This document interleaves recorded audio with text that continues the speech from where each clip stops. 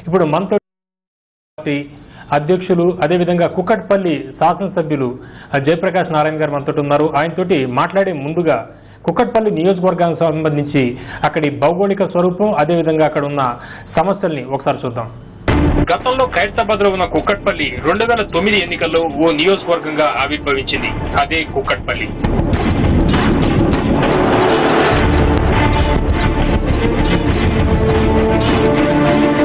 Delimitation act ప్రకారం కొత్తగా ఏర్పడిన నియోజకవర్గం కుక్కట్పల్లి.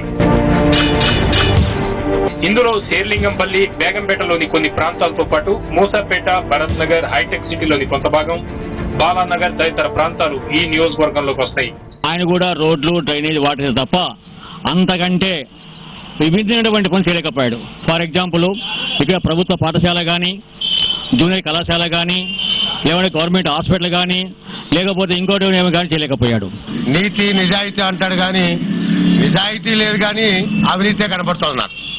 ఉదాహరణకి కుక్కడపల్లి హౌసింగ్ బోర్డులో ఒక ఓవర్ బ్రిడ్జ్ నిర్మించడానికి 5 సంవత్సరాల నుంచి, రైల్వే బ్రిడ్జి 5 సంవత్సరాల నుంచి, ఏమిటో అర్థం కాదు. ప్రతి వాళ్ళు ఈ నెల అవుతోందని చెప్పడం కానీ స్పష్టమైన వైఖరి వెల్లడించలేదు ఇప్పటివరకు జయప్రకాష్ నారాయణ గారు.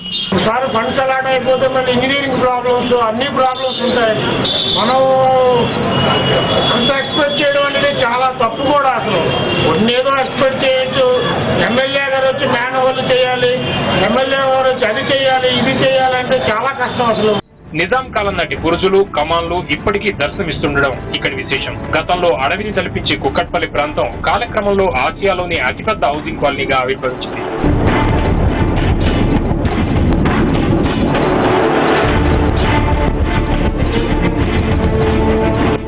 ఈ నియోజకవర్గంలో మొత్తం ఓటర్ల సంఖ్య 3,85,115. గత ఎన్నికల్లో పోలైన ఓట్లు 2,06,108. కుక్కట్పల్లి నియోజకవర్గం తొలి ఎమ్మెల్యేగా జయప్రకాష్ నారాయణ సాధించిన మెజారిటీ 15,643. కుక్కట్పల్లి నియోజకవర్గంలో ప్రధాన సమస్య ట్రాఫిక్. పెరుగుతున్న జనాభాకు అనుగుణంగా ట్రాఫిక్ నియంత్రణ చర్యలు కొరవడడంతో జనం గంటల తరబడి ట్రాఫిక్ లోని గడపాల్సి వస్తుంది. ఆసియాలోని అతిపెద్ద హౌసింగ్ కాలనీగా పేరున్నా ఇప్పటికీ కొన్ని చోట్ల అండర్ గ్రౌండ్ డ్రైనేజీ సమస్య, మంచినీటి కొరత ప్రజల్ని వేధిస్తూనే ఉన్నాయి. ఇక హైటెక్ సిటీ దగ్గర రైల్వే ఓవర్ బ్రిడ్జ్ నిర్మాణం పనులు ఏళ్ల తరబడి జరుగుతూనే ఉన్నాయి. జెపి గారు, ఈ 4 ఏళ్లలో దాదాపు 4 ఏళ్ళు అవుతుంది మీరు ఎమ్మెల్యేగా పదవి బాధ్యతలు స్వీకరించి. 4 ఏళ్లలో మీరు నియోజకవర్గానికి ఏం చేశారు? మీరు చూపెట్టినట్టుగా కూకట్పల్లి నియోజకవర్గం రాష్ట్రంలో అతిపెద్ద నియోజకవర్గాల్లో ఒకటి. అక్కడ దాదాపు జనాభా 6-6.5 లక్షల పైన ఉన్నది. దిగువ మధ్య తరగతి లేకపోతే పేదలు, నిరుపేదలు బాగా ఎక్కువ ఉన్నటువంటి ప్రాంతం అది. ఎందుకంటే చాలా ఎక్కువ మంది వలస వచ్చేది దూర ప్రాంతాల నుంచి నిరుపేదలు పట్ట చేత పట్టుకుని. ఈ నేపథ్యంలో పెరుగుతున్నటువంటి జనాభా నగరంలో అన్ని ప్రాంతాల కంటే బాగా వేగంగా జనాభా పెరుగుతున్నది కూకట్పల్లిలో. కాబట్టి పెరుగుతున్న జనాభా అవసరాలను తీర్చాలి, ఉన్న జనాభాకు పరిస్థితులను మెరుగుపరచాలి. దీన్ని దృష్టిలో ఉంచుకుని నియోజకవర్గం మొత్తంలో ఇప్పటిదాకా దాదాపుగా 800 కోట్ల రూపాయల పనులు కేవలం రవాణా, రోడ్లు కావచ్చు, మంచినీళ్లు కావచ్చు, ఇలా మౌలికమైన రంగాల్లో 800 కోట్ల రూపాయల పనులు అయితే అయిపోయినాయి, లేకపోతే పూర్తి కావస్తున్నాయి. ఇవి కాకుండా మరొక 300 కోట్ల రూపాయలు విద్యుత్ రంగంలో పనులు మొదలైనాయి. 4 సబ్స్టేషన్లు.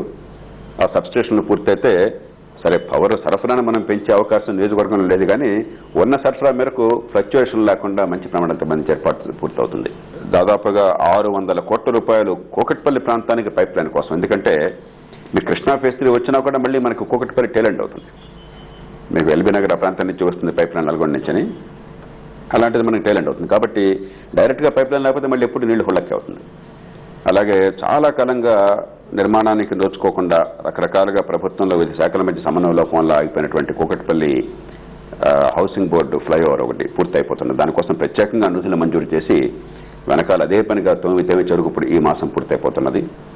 అలాగే బాలానగర్లో మరొక 57 కోట్ల రూపాయలతో ఇంకో కొత్త ఫ్లైఓవర్ మంజూరైంది. ఎందుకంటే బాలానగర్ చౌరస్తాలో బాగా ట్రాఫిక్ ఇబ్బందులు ఉన్నాయి. కాబట్టి ట్రాఫిక్ మీద అతి పెద్దగా శ్రద్ధగా పెట్టడం జరిగింది. దాదాపు 800 కోట్లు మీరు నియోజకవర్గం సంబంధించి సమకూర్చారు. ఏ విధంగా సమకూర్చారు మీరు? ఏ విధంగా దానికి సంబంధించి ఎటువంటి ఎఫర్ట్స్ పెట్టారు మీరు? ఎందుకంటే 800 కోట్లు అంటే మామూలు విషయం కాదు. అయితే జనాభా చాలా ఎక్కువ, పెరుగుతున్న అవసరాలు నగరంలో కాబట్టి అది తక్కువ కూడా. మిగతా వాళ్ళతో పోలిస్తే ఎక్కువ కావచ్చు, కానీ అవసరాలతో పోలిస్తే తక్కువే. ప్రధానంగా ఒక 270 కోట్ల రూపాయలు దీనిలో కేవలం మీకు ట్రాఫిక్, రోడ్లు, రవాణా, వీటి కోసం పెట్టిన ఖర్చు అనమాట. ఒక 300 కోట్ల రూపాయలు, 800 కాకుండా అదనంగా 300 కోట్ల రూపాయలు మీకు విద్యుత్ రంగంలో సబ్స్టేషన్ వగైరాకి, ఒక 160-170 కోట్ల రూపాయలు మీకు నాలాలు కానీ డ్రైనేజ్ కానీ వారికి సంబంధించిన పనులు. ఇక మిగతావన్నీ కూడా స్థానికంగా అసలు మంచినీళ్ళది హైయెస్ట్ ప్రయారిటీ ఉండడం జరిగింది. అట్లాగే చాలా అసలు పట్టించుకునే ఉంటాయి శాసనసభ్యులు. ఉదాహరణకి శానిటరీ వర్కర్స్ ఉన్నారు, 1704 మంది ఉన్నారు. వాళ్ళందరికీ జీతభత్యాలు రావాల్సింది ఎంత అయితే ఆ రోజుల్లో 4-5 వేల రూపాయలు వచ్చేటైతే సగం వాళ్ళ చేతికి అందేది, మధ్యలో అంతా దారులు చేతికిపోయేది. అందరికీ కూడా అకౌంట్లు ఓపెన్ చేసి ఆ డబ్బు ప్రత్యక్షంగా కూడా బ్యాంకులోకి వచ్చి ఏర్పాటు జరిగింది. ఇప్పుడు 6,700 రూపాయలు అందరి చేతుల్లోకి వెళ్ళిపోతున్నాయి. ఆ పైన వాళ్ళకి మిగతా బెనిఫిట్స్తో కూడా కలిపినట్టు దాదాపు 10,000 రూపాయలు వాళ్ళకి నెలకు వచ్చినట్లు అన్ని రకాలు కలిపితే ఒక్కొక్కరికి. అట్లాగే 60కి పైగా కొత్త అంగన్వాడీ సెంటర్లు ఏర్పాటు చేయడం కోసం. పాఠశాల విద్యకి బహుశా నగరంలో రాష్ట్రంలో ఎక్కడ లేనంత ప్రాధాన్యత ఇవ్వడం జరిగింది. స్వచ్ఛంద సంస్థలతోనూ యువతతోనూ కూడా కలిసి విద్యా ప్రమాణాలు పెరగడం కోసం, కేవలం మనం డబ్బులు ఇస్తే అంత మాత్రం విద్య రాదు. నిరుపేద కుటుంబాలు బాగుపడాలని చెప్పంటే విద్యా ప్రమాణాలు బాగుపడాలి. కాబట్టి వాళ్ళకి అక్కడ స్కూల్లో టీచర్లతో కలిసి మళ్ళీ వాళ్ళ మీద యుద్ధం చేయడం కాకుండా వాళ్ళకున్న కొరతలు గమనించి, కొంత టీచర్లు తక్కువ ఉన్నారు, లెక్కలు టీచర్ లేరు, కాబట్టి లెక్కలు చెప్పే పిల్లలు యువత అంతా కూర్చుని స్వచ్ఛందంగా ఆ స్కూళ్ళలో ప్రమాణాలు పెంచేందుకు ఏర్పాట్లు జరుగుతున్నాయి. అట్లాగే ఆరోగ్య రంగంలో బాగా నగర ప్రాంతాల్లో ఇబ్బంది ఏమిటంటే అసలు అర్బన్ హెల్త్ మిషన్ అనేది లేదు. అందుకనే పట్టణ ప్రాంతాల్లో ఆరోగ్య సేవల కోసం చెప్పిన 14-15 స్థలాలను గుర్తించి దానికోసం కేటాయించడం జరిగింది. ఇప్పుడు ఈ మిషన్ రాగానే మొట్టమొదట కూకట్పల్లిలోనే దాన్ని ఆ 14 కూడా మనకి సబ్ సెంటర్లు కానీ లేకపోతే అర్బన్ హెల్త్ సెంటర్స్ కానీ మరొకటి కానీ ఏ రకంగా ఏర్పాటు ఉంటే కేంద్ర ప్రభుత్వం ఇచ్చినటువంటి ఆరోగ్య నిధుల్లో దానికోసం పనులు జరిగే ఏర్పాటు ఉంటుంది. అర్బన్ హెల్త్ సెంటర్లు బహుశా ఇప్పుడు అర్బన్ హెల్త్ మిషన్ ఈ సంవత్సరం బడ్జెట్ లో వస్తుంది అంటున్నారు. బహుశా రేపు 2012-13 వచ్చే నెలలో కేంద్రంలో వస్తుంది.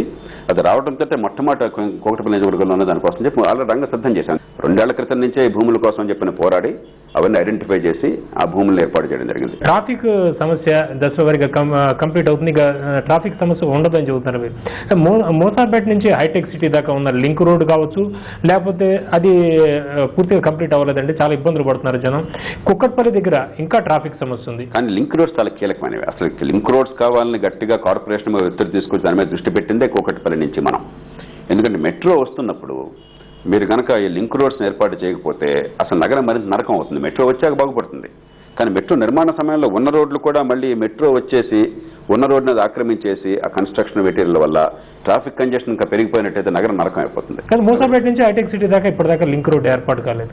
ఇదే కాదు, 6 లింక్ రోడ్స్ కోసం ప్రతిపాదనలు వచ్చినాయి. 6 మంజూర్లు వివిధ దశల్లో ఉన్నాయి.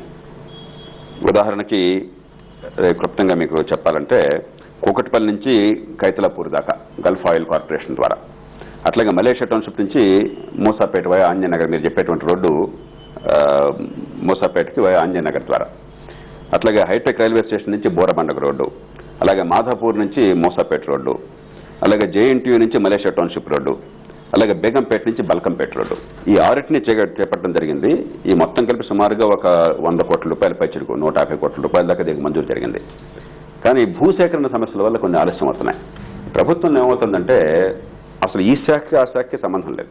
మెట్రోపాలిటన్ వాటర్ సప్లై బోర్డు ఒకటి, లేకపోతే హెచ్ఎండిఏ ఒకటి, మున్సిపల్ కార్పొరేషన్ ఒకటి. కార్పొరేషన్లో కూడా మళ్ళీ సర్కిల్ ఆఫీస్ వేరు, లేకపోతే మీకు ప్రాజెక్ట్స్ ఆఫీస్ వేరు, వీళ్ళకి వాళ్ళకి సంబంధం లేదు. అటువంటి సమస్యలన్నీ సాధారణ ప్రజలకండి. మీరు ఒక ఎమ్మెల్యేగా ఇప్పుడు మీరు అర్థం చేసుకోవాల్సిందంటే దీని మొత్తాన్ని ఛేదించడం కోసం శాసన లేకపోతే కార్పొరేషన్లో కానీ మిగతా చోట్ల కానీ నిరంతరం గళం ఎత్తి సంస్థాగతమైన మార్పుల కోసం పోరాడుతుంది కేవలం లోక్సత్తా తరపున నేను మాత్రమే.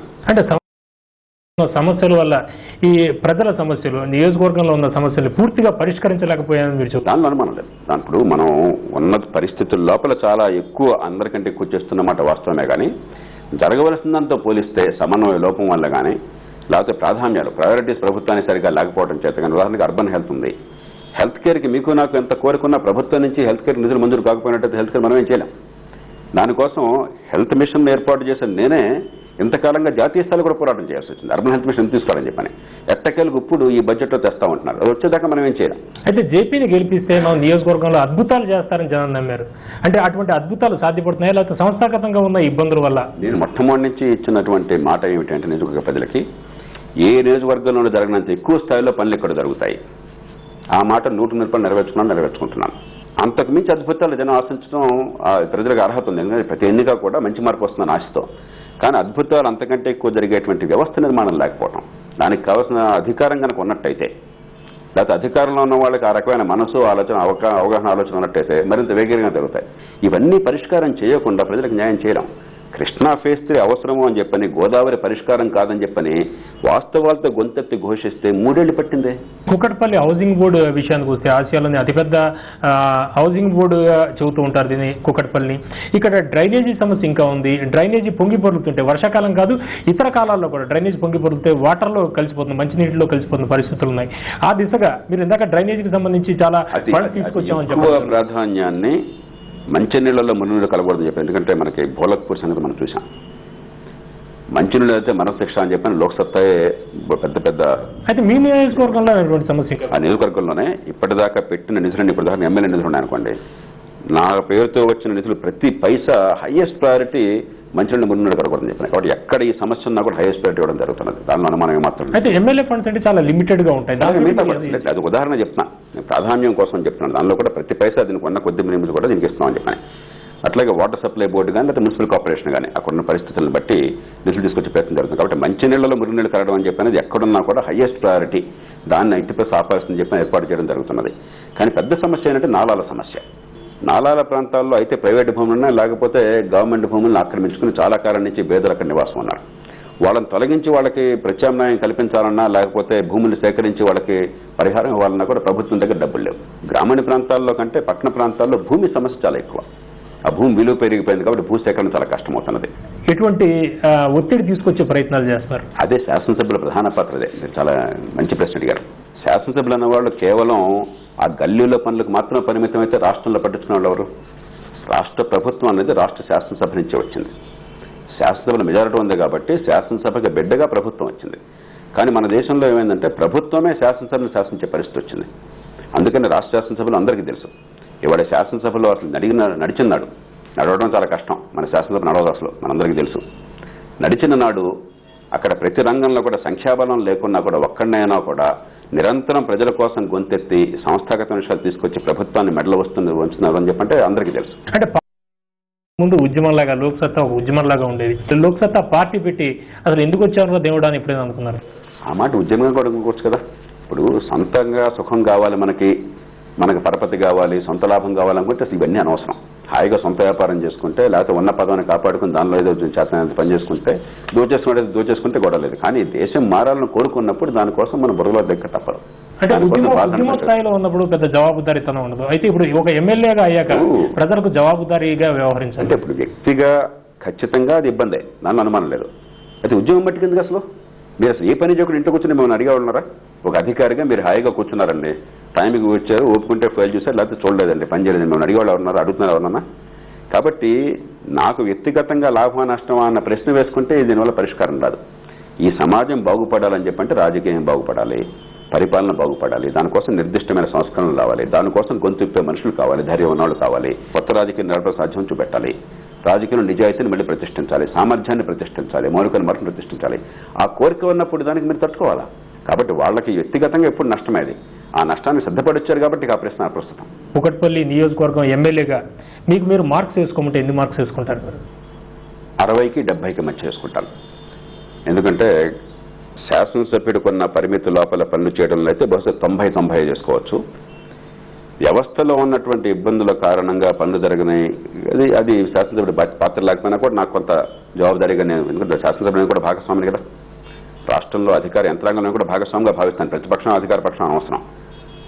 మూడోది, రాష్ట్రం నుంచి పెద్ద ఇబ్బంది లేకున్నా కూడా అధికార యంత్రాంగం పనిచేయకపోవటం ఉందే, అది నాకు అధికారం లేకున్నా కూడా ప్రజల విషయంలో, ప్రజల దృష్టిలో అది అక్కడ ఎవరు సమస్య ఉంది కదా, అది నివారణ కావట్లా. కాబట్టి 3 రకాలుగా అంచనా వేసుకోవాలి. ఒక దానిలో 90 మార్కులు వస్తాయి, ఇంకో దానిలో 50-60 మార్కులు వస్తాయి, ఇంకో దానిలో 30-40 మార్కులు వస్తాయి. ఎవరో యావరేజ్ కలిపితే మీరు బహుశా 60-65 వస్తాయి. ఫస్ట్ డివిజన్ అనుకోవచ్చు.